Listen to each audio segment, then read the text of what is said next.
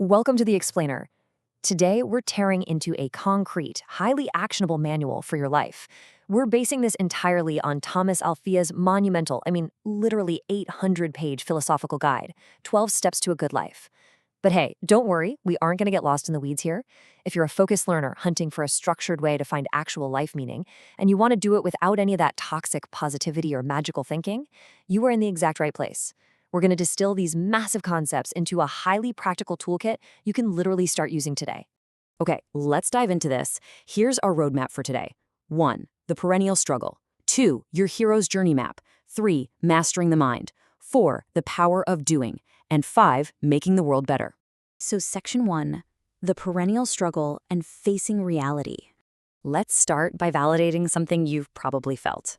We've all had those moments, right? Where we feel profoundly stuck, anxious, or just disillusioned.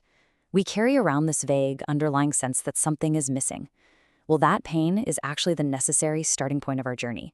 To fix it, we have to ask a pretty heavy question. Why are we so unhappy? According to our source material, unhappiness isn't just bad luck. It's the direct result of failed expectations and a massive misunderstanding of reality. We think reality is supposed to be one way, but the truth is something else entirely. And when our perceptions don't match the actual world, we suffer. Aletheia actually defines this as the perennial struggle. It's that inescapable human experience of existential anxiety, control issues, and longing, completely caused by that exact mismatch we just talked about. But look, I want to reassure you right now, this struggle isn't a personal flaw. It doesn't mean you're broken. Instead, it's literally the universal call to adventure in your own life. It's the universe's prompt telling you it is time to grow. Think about how we usually handle this. It's like we're floating through the vast cosmos, trapped inside a fragile mirrored bubble, intensely focused on the only thing we can see, ourselves. That is the ultimate illusion of control. And honestly, it's an exhausting way to live. Clinging to that control just creates misery. Accepting reality means stepping out of that bubble. It requires a conscious acknowledgement of life's actual joys, its unavoidable challenges, and its terrifying uncertainties. This connects perfectly to step 1 of the 12 steps, admitting that life is fundamentally unmanageable. We just have to let go of the illusion of control to actually start living. Moving into section 2, your hero's journey map, demystifying the 12 steps. Now that we understand the philosophical problem, we need a practical roadmap. The source text beautifully overlays the traditional 12 steps of recovery directly onto the classic mythological structure known as the monomyth. You probably know it as the hero's journey. Think of this as the ultimate cheat sheet for your manual. By mapping it out this way, we break down an intimidating 800-page concept into 3 distinct, highly actionable phases. First up is the departure, steps 1 through 3, where you answer the call, accept you need help, and cross the threshold by relying on a higher power, whatever that means to you. Second is the initiation, steps 4 through 9. These are your inner trials, taking an honest inventory of your flaws and making amends for the harm you've caused. Finally, the return, steps 10 through 12, where you maintain your progress daily and bring that newfound wisdom right back to society. All right, section 3, mastering the mind, confronting your distorted worldview. Let's zoom in on that initiation phase for a second. To truly change your life, you have to face your absolute hardest trials.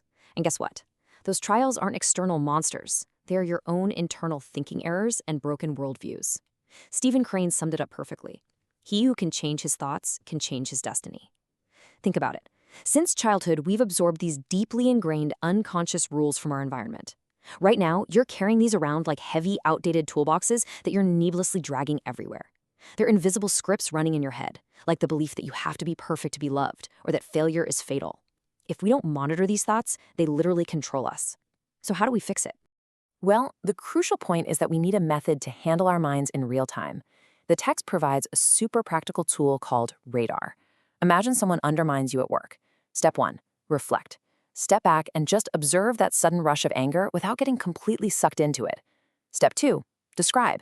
Name the actual facts of the situation. Say, they took credit for my idea, but do it without adding the catastrophic emotional story that my career is over. Step 3, respond. Choose an action that actually aligns with your core values rather than just lashing out in pure blind reaction. To take it a step further, let's look at the ultimate troubleshooting tool for your manual, Byron Katie's famous 4 questions. Take a persistent, painful thought you're having right now, something stressing you out today. Now actively challenge it. Ask yourself, 1. Is it true? 2. Can you absolutely know it's true? 3. How do you react when you believe that thought? And 4. Who would you be without it?